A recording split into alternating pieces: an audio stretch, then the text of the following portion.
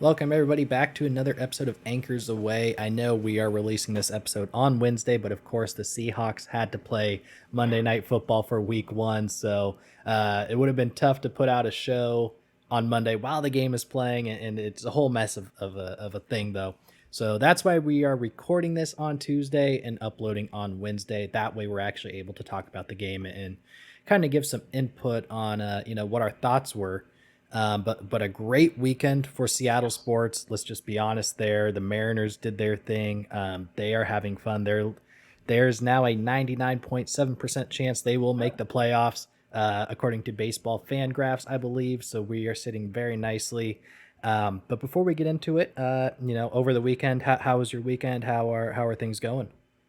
Yeah, great weekend. Did some stuff here locally. Went to the zoo to kind of have some fun that way. Hmm. Um, a pretty fun time on Sunday wearing my jersey or Seahawks jersey because I kept getting people saying, "Oh, good luck," and Yeah, yeah. there a lot. And it was interesting because I actually talked to a guy from who's a Cincinnati fan, Okay. and at the time they were behind 17-3, and going, "Oh, at least your team will have a shot." And I'm like, oh, nothing's guaranteed. Yeah, yeah. We're not even favored at home, so go No. figure that out. So, but he was like, "Oh no, you guys should be doing good." So, really fun. I actually wore my Seahawks polo today. A little prideful, Yep, yep. just a jar, but people seem to get it. There's a lot of Seahawk attention right now, especially against Wilson and just Yep. that's it's been kind of fun to see from that aspect. And then of course, whenever I wear my Mariners gear, we're the lovable, what we used to be the Cubs or the Red Sox. I think the Mariners have kind of supplanted those two teams for the Yeah. next team to win a World Series at some point. So really exciting times to be a Seattle fan, not in Seattle. So Yeah. kind of fun that way. So how about yourself, sir? Yeah, I mean, not bad at all. So the gym we go to, and I didn't really want to do this, but it was fun and fine. But one of the members there did a 36-hour ultra marathon. So we went and helped out with that for a bit, and she stayed up 36 hours. I got close to 100 miles in that time frame. Oh, Didn't completely make it, but got pretty close. So that was kind of fun just to be around the gym yeah. people, like in and outside, or not in the gym during Right. the event. But kind of to your point, like with the Seahawks stuff, when I came into work this morning, one of the other guys came in and just started chanting Gino at me. So it was pretty funny, and it's like you said, it's like the Seattle Seahawks Mariners people are paying attention, and they're obviously a big game last night, and we'll get into that. But the How big many how many one, new kids will be named Gino just after after that that game alone. weekend? Oh Wow. man, if my kid was born that night, it might have been Gino. Just to be honest, but well, let's kind of turn things over to the Sunday was kind of the big one. Yeah. With the Seattle Mariners winning this. Oh, hold on now. We have a Yeah, new I was gonna format, so throw I up. got to I was start a gonna timer. throw a procedural flag on that one. All right, let's start the timer. Okay, now it's up and we're going. Sunday they host the Braves. I think for was it a 2 game or a 3 game series? 3 game series. 3 game series, winning the series, which just really adds more confidence to the I think the players and as well as the fans that they were at home, but they're able to at least beat the defending champions. And then Sunday was the big one, giving up I think it was like 5 runs in the top of the ninth. And Yep. then there was one clip I saw where Julio's running in towards the dugout. He's just laughing. It's just got this like face on him, like "Don't worry, I got I it. got Like it. we'll be fine." And obviously, him and Suarez, I think, had 2 home runs in that game. Yeah. But of course, Julio comes up, does his thing, smacks it into left field off the scoreboard, the manual scoreboard out there, and then Eugenio, he's right around 30, if not at 30 now. He's He's done at 30 he's now. done Yeah. exactly what we were hoping he would do, and he's stuck to what he did in Cincinnati. Now at 30 home runs and hitting another walk-off home run. I think it's at least his second, It's third, got fourth, fifth at this point. It seems like. But let's yeah. talk about the Mariners. Like I said, there's a 99, as my cat's trying to eat my cookie. There's a 99.7% chance to make the playoffs. At this point, how are you feeling with that percentage that the drought's going to end? The Mariners. Oh man, they just gave us a weekend, didn't they? Yep. They They rocked us around a little bit. But yeah, Sunday it was just like, oh no, Yep. when you It's like see, old time Mariners again. it's like the magic's over. Yep. But then we have Julio Yep. and a cast of characters that hadn't been here before, so they don't know obviously Yes. Yes. to lose. Uh, so Yeah. that's kind of Yeah. nice, actually. Uh, yeah, what a game though. I mean, you just see the fight, and you're just like, oh, here we go. Okay, Yep. yeah. So much for the damn national media getting behind the Mariners, saying, oh yeah, they're in. Right. No, don't tell Yeah. us we're in. You know. But God bless them, to the fault. They got some different. They're a different made up team this year Hmm. from what we've done in the past. I mean, they got role players that play their roles what they're supposed to. Um, Swaggerty. Yeah. Goodness. What? Now let's. What? Can we talk about him real quick? Yes. Jared Kelnick is probably seeing Haggerty play ridiculous and is now just regretting he did not sign that contract.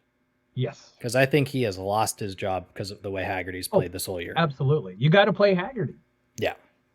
There's no ifs, ands, or buts about it. The guy is a defensive stalwart out there. He's Yep. giving up his body, and dang, if he just doesn't have the clutch hit. I mean, he's just, again, one of those players who doesn't know you're Yep. not supposed to beat these teams. Exactly.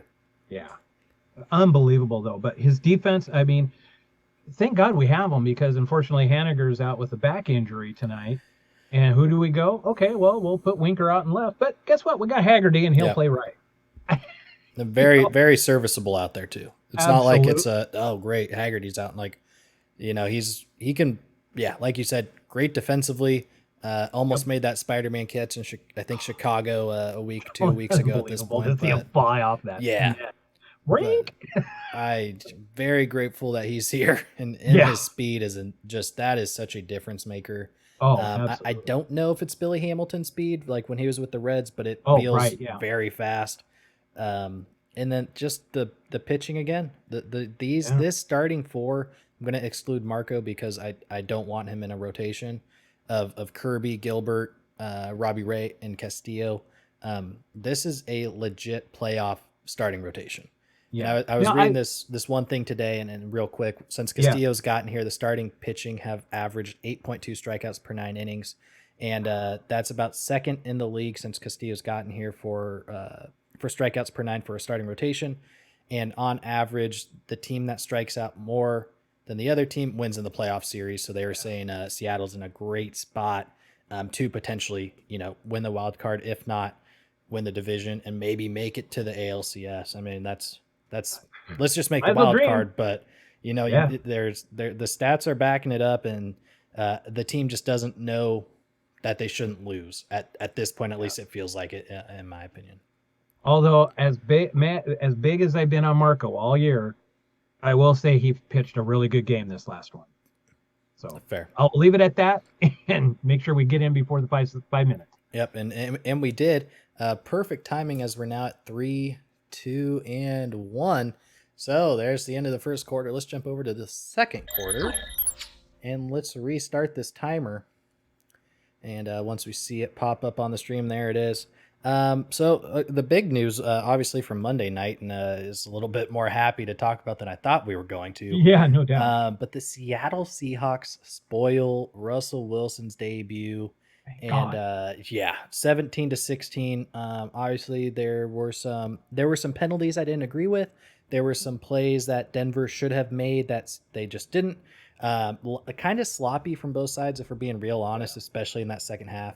But the surprising thing, Denver made more and Seattle didn't. So with that said, we're going to kind of jump and talk about the defense here first. Some things we liked, some things we didn't.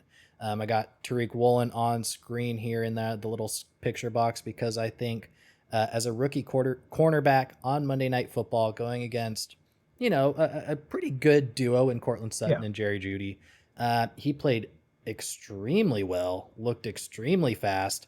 The one pass interference call, I didn't think it was on him. I thought it was on Cortland Sutton. I thought it was offensive pass. They were both dragging each other down, and there was a hands to the face by Sutton. I will give the other one in the end zone. I thought, I was like, okay, fair. Fair. But overall, and Michael Jackson, Oh, the stud. these two Wow. cornerbacks came out of no like Tariq Woolen's probably the steal of the draft, and then Yep. Michael Jackson. No one else thought he was good because he made stops at the line of Oh, scrimmage, had a great pass breakup in the end zone to knock it out of the tight end's hand at yeah. the bottom of the play there. Um, that guy's looking really good. Oh, yeah. I keep him there. I mean, seriously. I mean, Yeah, he was all over the field, and wasn't he the guy who recovered the ball he twice? And recovered twice. Yep. yeah. Which let's jump over to the next one then. Another free agent signing, Uchenna Nwosu, Oh uh, man. had the Yeah. first sack of the night for Seattle. Had the one. I think he got credit for both fumbles forced, but Right. really that second one, if you watch it, he comes down and just punches the ball dead in the the Yeah. body of the ball, gets it right out of Javonte Williams' hand. And again, Michael Jackson was there, but 2 years, about 30 million is looking like it pretty good deal right about now. Absolutely. Yeah. No. Again, to your point, another player that just gets it done.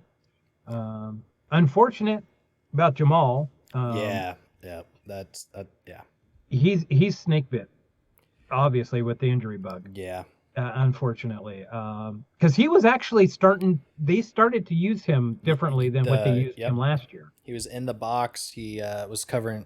He didn't do too great pass coverage, but he was up in the box, and then obviously he about crushed Russell Wilson. Oh Unfortunately, that yeah, was one of the plays where he did a little bit of a magic spell, and that's what caused the injury. yeah, But just to see the speed come through the A gap like that was, I got yeah. really excited, and then I was like, oh no, what just happened to Jamal Adams? I But know. so hopefully that surgery goes well, and he comes back. I think he's got one more year on his deal. Might be a cap casualty in another, but Right, hopefully that goes well. but Jones came in and Yeah, Josh Jones, he looks good. he does. I mean, he just came Backed in up and his picked up. preseason. Yeah, So feel good about that. yeah, Really. It could have been a lot worse, but Jones yep. comes in, cleans it up, doesn't get us out of whack. Nope. Who else did?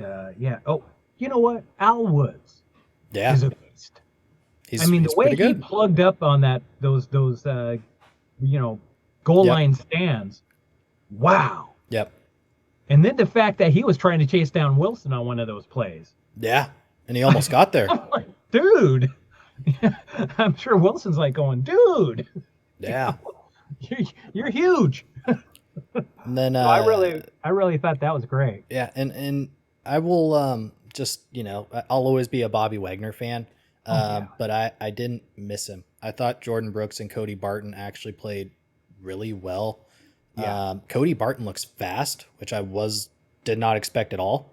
Yep. But he got in for a sack and he actually got Russell pretty good. I Oh thought yeah. he Yeah. That was a so hell. that was a nice one to see. 30 seconds here left. We need to work on screen defense. Amen. Because Javonte Williams probably had 60 yards After just catch. yeah, literally with like a 2 yard pass of a screen. Right. So that's one thing that does worry me is that flat zone coverage. I really thought our zone just didn't look that good in general. Yeah. But again, they did just enough to win the game 17-16. And if that's how our defense is going to play all year, if they only average 16 points a game, I'm all for it. Sign me up. Yeah. With that, we don't want to be like All right. Russell Wilson and get a couple more delay of games as we already have one tonight. Let's go ahead and jump to the third quarter and talk about the offense now. And let's once we get this timer pulled up, we'll go ahead and start. And there it is. Obviously, the big man of the hour was Geno Smith. Wow. What a game from him. There's definitely some things I'm still worried about, but to go out into Monday Night Football against Russell Wilson coming back into Seattle, he looked really good, especially in the first half. Oh yeah. The fact that he was keeping his eyes downfield, Yep. was not getting panicked in the pocket. I will say No, his I was pocket shocked. presence was great. I mean, there were times when I'm like going, oh, he's getting down. And then Yeah. he would just take one step and he was okay. Yep. Well, just A on lot.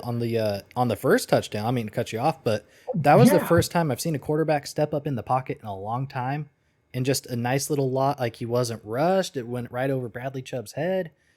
No one in sight for Will Dissly. Like When I saw that, I Will was like, Dissly had okay, nobody for 20 yards he around. might be all right. Like, this is a good start.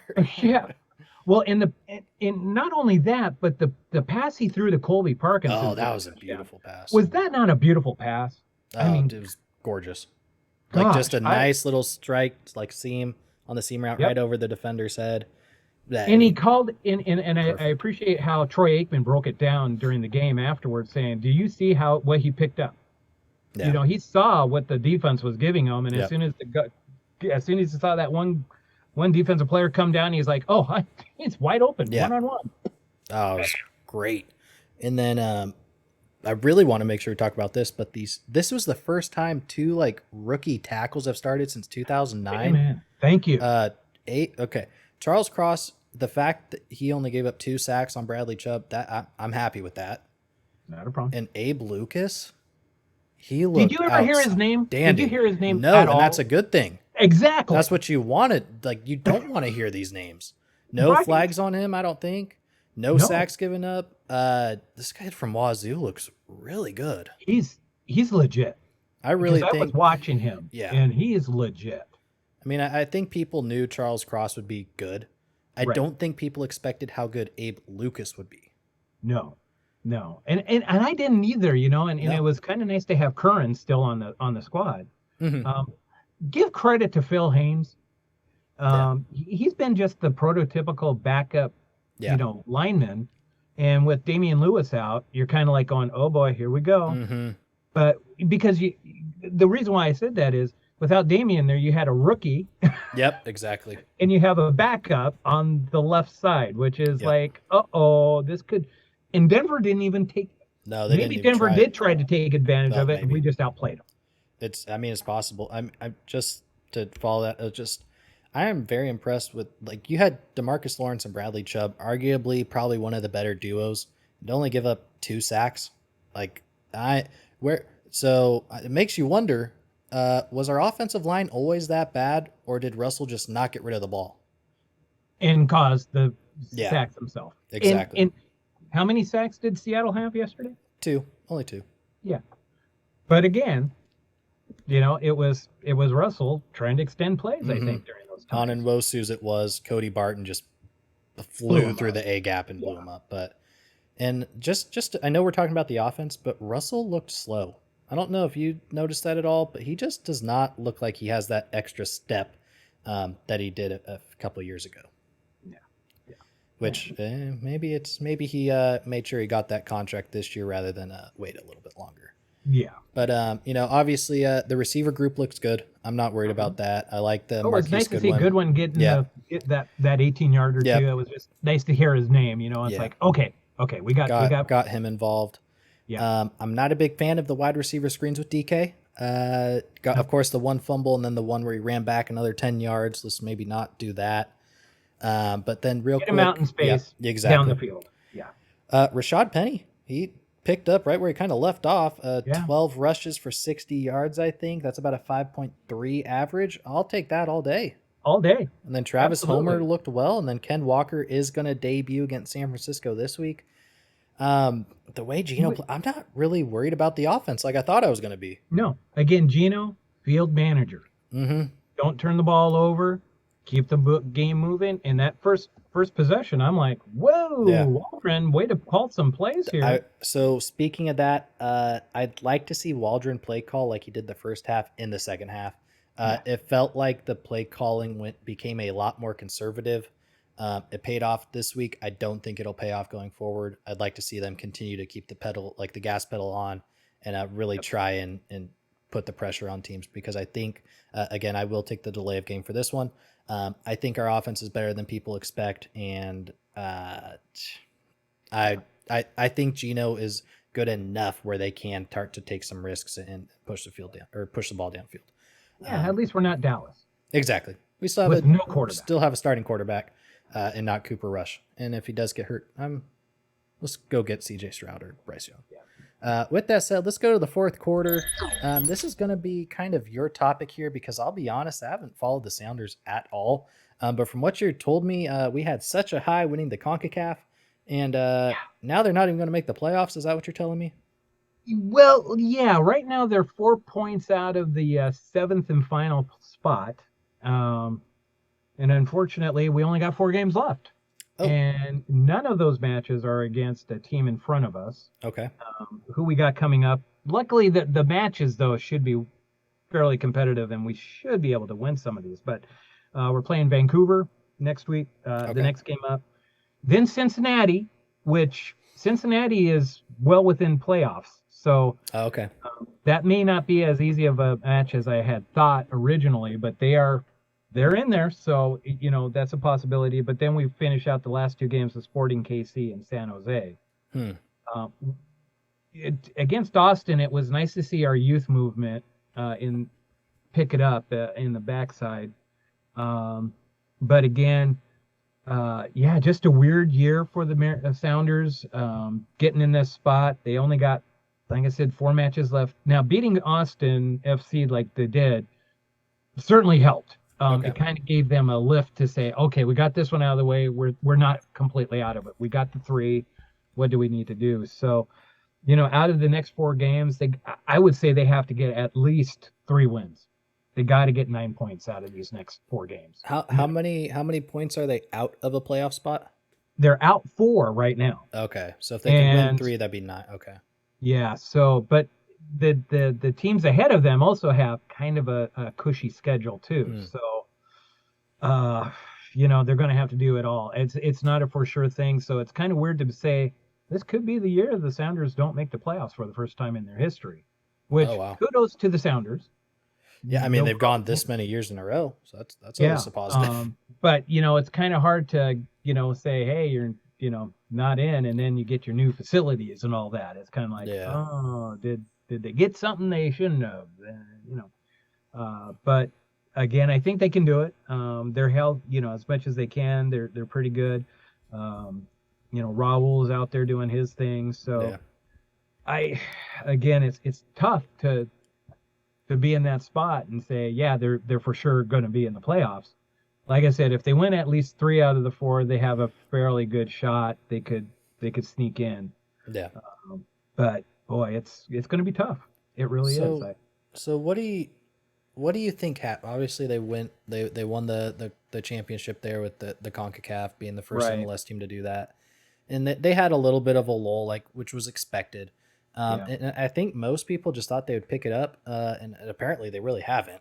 They haven't. What do you think do you think it's a coaching, a player? Like why do you think they haven't been able to figure it out? Like, kind of like every other year they, at least from when I do pay attention, it seems they start off slow and then they pick it up towards the end of the year and get that playoff push. What do you think is happening this year? I think it's the reverse. I think they put all of their baskets into CONCACAF. Okay. At the very beginning. And they got it. It was the high. But the wind got taken out of their sails a little bit, and okay. It was just the lull. I can't remember. There was what was it after the CONCACAF? Like the U.S. Open Cup? The U.S. Open. They got bounced early. Yeah, that was a fast. Yeah. And I think that was kind of around that time when all of a sudden the mojo was lost. Whatever it was. As soon as the Open Cup, because usually they just waltz right in and move through. And getting bounced as fast as they did, I don't know if they ever got started back up after that. So, they're older. Yeah, that's true. They're older. They've dealt with injuries. Got the youth movement coming up. I just think other teams have caught up. Yeah. I mean, when you are that good, other teams are going to start modeling themselves after winning organizations. Right. It's a copycat kind of situation anywhere. And I just think, it's good for MLS. Let's put it to you that way. Yeah. The competition has definitely risen. Yep. And I think MLS has grown up now, and I think there's a lot of parity and there's a lot of competition. Yeah. And I think there's a lot of good teams that have raised themselves up. So I think the competition has also risen. So I don't think it's just a Sounders thing. I think it's, hey, the competition is now really pretty good. So combination of a couple of things there. But Fair. if they get their act together, I think they could squeak in. Fair enough. Well, I think that is a great way to end it, as our time is up here for the fourth and final quarter. Before we, end the episode, is there anything else that you want to say before we wrap things up tonight?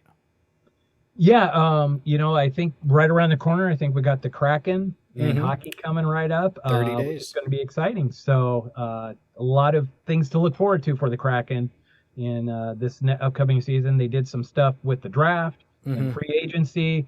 Got that nice little trade with Columbus done. So yeah, I think it's going to be a much better year for them, goal scoring wise. Yeah. I like the fact they picked up Jones in the goal for a backup until Dridger is back. So I think he's made some moves, not as big as Calgary. Calgary made some pickups. Yeah. But I think quietly Francis has done what he needed to do for the Kraken to get him into a much better place. Yep. Did picked up young veteran players that can help with the expansion. I don't want to say rebuild because they're only a year old, but that kind of thing. Still building. Yeah, exactly. And then obviously Seattle plays their first rivalry game this week against San Francisco, which we will dive into on Thursday, which will be out Friday. But with that said, thank you all for watching. That's been another episode of Anchors Away. Go ahead, subscribe, like, comment, let us know what you like, what you don't like. And until then, we will see you all in the next episode. Have a good one.